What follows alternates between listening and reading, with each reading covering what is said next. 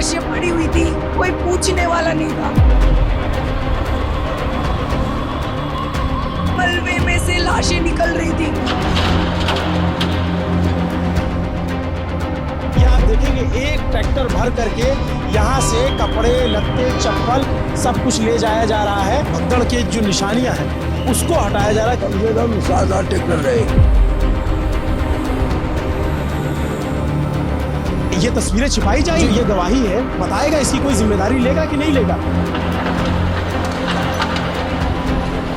भगदड़ हुई है, उसका किसी वीडियो में, किसी चैनल में कैजुअलिटी का कहीं जिक्र ही नहीं है। कार्ड यहाँ पे लावारिस है, इसका मतलब ये लोग कहाँ चले गए। हम लोग उठा रहे हैं, गिर रहे हैं, लोग कितने कुचल भी गए। उन्होंने ये बात क्यों नहीं बताया कि संगम के अलावा झूसी इलाके में भी भगदड़ मची थी। वो है जिन्होंने अपने सामने लोगों को गिरते मरते देखा है, और इसकी जवाबदेही कौन तय करेगा।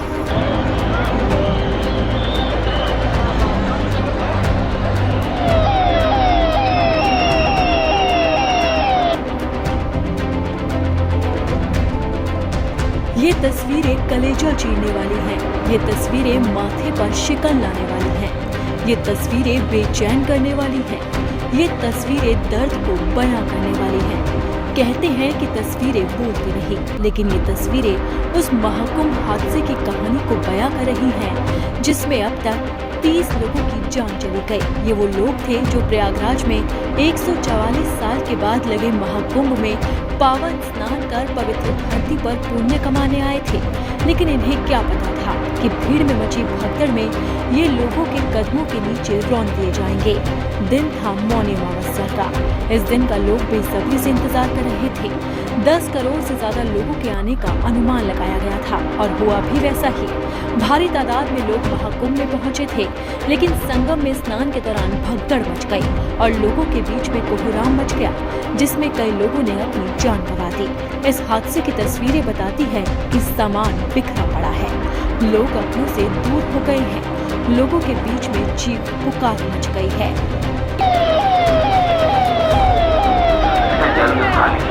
अचानक भीड़ आ गई, भीड़ में हम फंस गए, लोग धक्का मारने लगे, हम नीचे गिर गए, बहुत लोग नीचे गिर गए, बहुत ज्यादा भीड़ कंट्रोल नहीं हुआ, ऐसा हम एक पन एक ऐसा गिरते रही। अभी भी संगम घाट पे जाके देखिए, पर्याप्त मात्रा में लाश पर तगड़ी लड़ाई हुई थी, वही पर कचर दिए सब। अच्छा भगदड़ मची और देखो आधे खत्म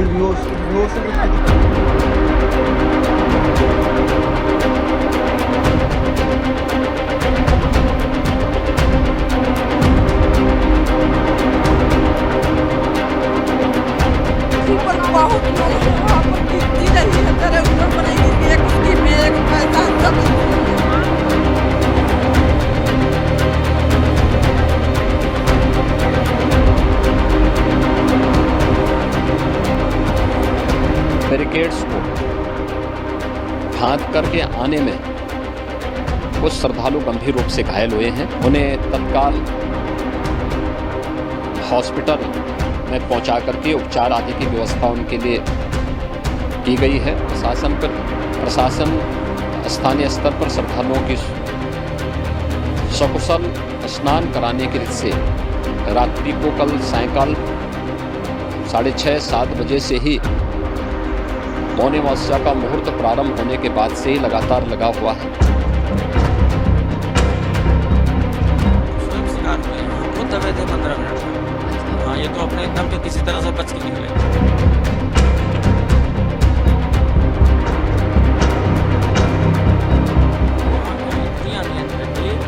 भीड़ के दबाव में, प्रेशर में जो नीचे झुक गया, गिर गया, उसके ऊपर लोग दबाते उसके चले गए।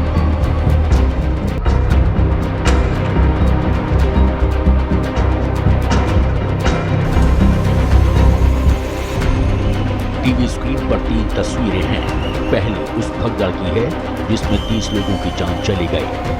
दूसरी भगदड़ के बाद के खौफनाक मंजर की है, जिसे देख मन वेदना से भर जाता है। तीसरी तस्वीर अपनों की राह देखती बेबस आंखों की है। क्योंकि कई लोग ऐसे हैं जिन्हें अपनों की डेड बॉडी तक नहीं मिली। उन्हें पता भी नहीं कि वो जिंदा है या मर गए।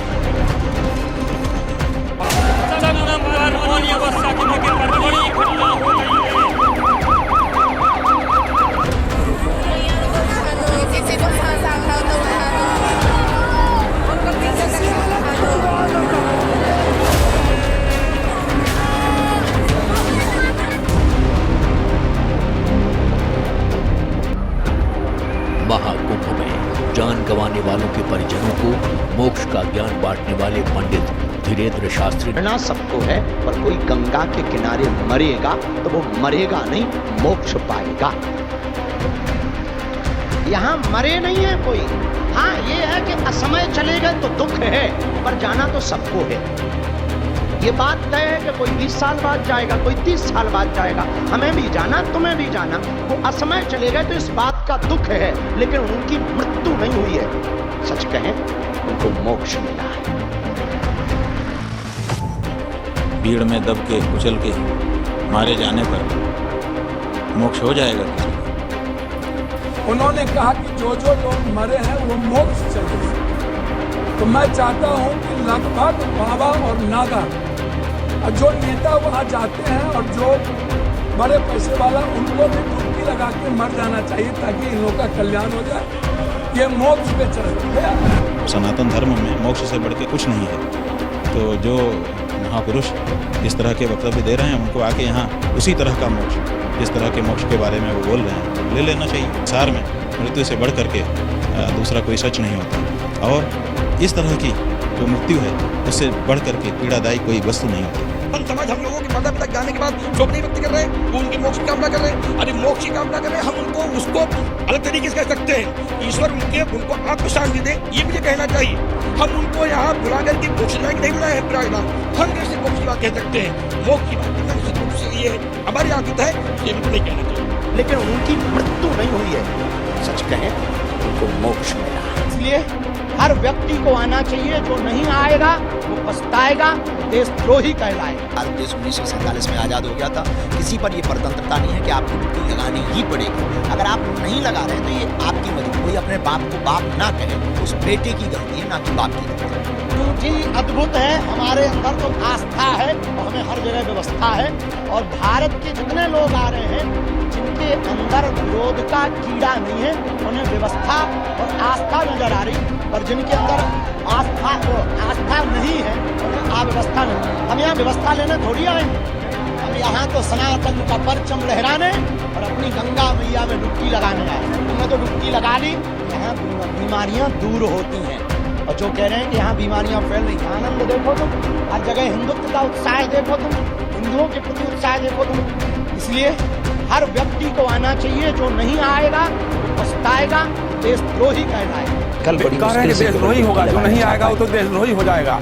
आ जाओ, आओ व्हाट्सएप से, कनफुकुआ तंत्र से, भाई पहुंचो, जल्दी से पहुंचो, ज्यादा से ज्यादा लोग। एक प्रचार ये भी किया गया कि 144 साल बाद ये महासंयोग बना। हर साल तो एक पहला और आखिरी मौका है। हर कुंभ में हमने यही सुना है कि 144 साल बाद हो रहा है। 2013 में जो कुंभ हुआ उस समय भी यही लोगों ने कहा कि साहब 144 साल के बाद हो रहा है महाकुंभ, जरूर लोगों को आना चाहिए।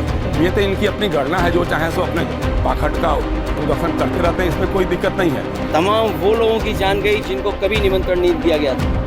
निमंत्रण मिलने वाले स्नान करने भी शायद न गए हों। जिन्हें निमंत्रण नहीं दिया वो स्नान किए, वो धर्म से जुड़े, हिंदू धर्म से जुड़े। सबसे ज़्यादा जानें हिंदू की गई हैं, और इस सरकार को अगर उन्हीं की चिंता नहीं है तो देश की जनता समझ गई है कि इससे ज़्यादा हिंदू विरोधी सरकार कोई नहीं हो सकती। लेकिन कुंभ महत्वपूर्ण है, जहाँ पर लाशें गई हैं और हिंदुओं की जान गई है।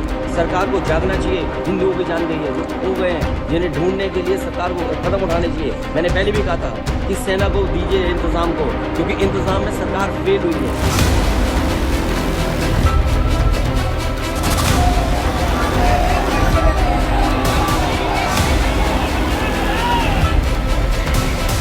ये महाप्रयाग है। मृत्यु सबकी आनी है, एक दिन मरना सबको है। कोई गंगा के किनारे मरेगा तो वो मरेगा नहीं, मोक्ष पाएगा। तो जो महापुरुष इस तरह के वक्तव्य दे रहे हैं, उनको आके यहाँ उसी तरह का मोक्ष जिस तरह के मोक्ष के बारे में वो बोल रहे हैं, ले लेना चाहिए। अभी भी यहाँ जनता हम कैसे मोक्ष की बात कह सकते हैं? मोक्ष की बात करना उससे ये हमारी आदत है, ये भी नहीं। और हिंदुओं की जान गई है, सरकार को जागना चाहिए। हिंदुओं की जान गई है, सरकार केवल बुलाने में रही, इंतजाम में सरकार नहीं रही। ये जो सनातन धर्म के विरोधी हैं, वे लोग ये प्रयास कर रहे थे संतों का धैर्य जवाब देते और उसके बाद जब रसाई का एक कार्य कराया गया।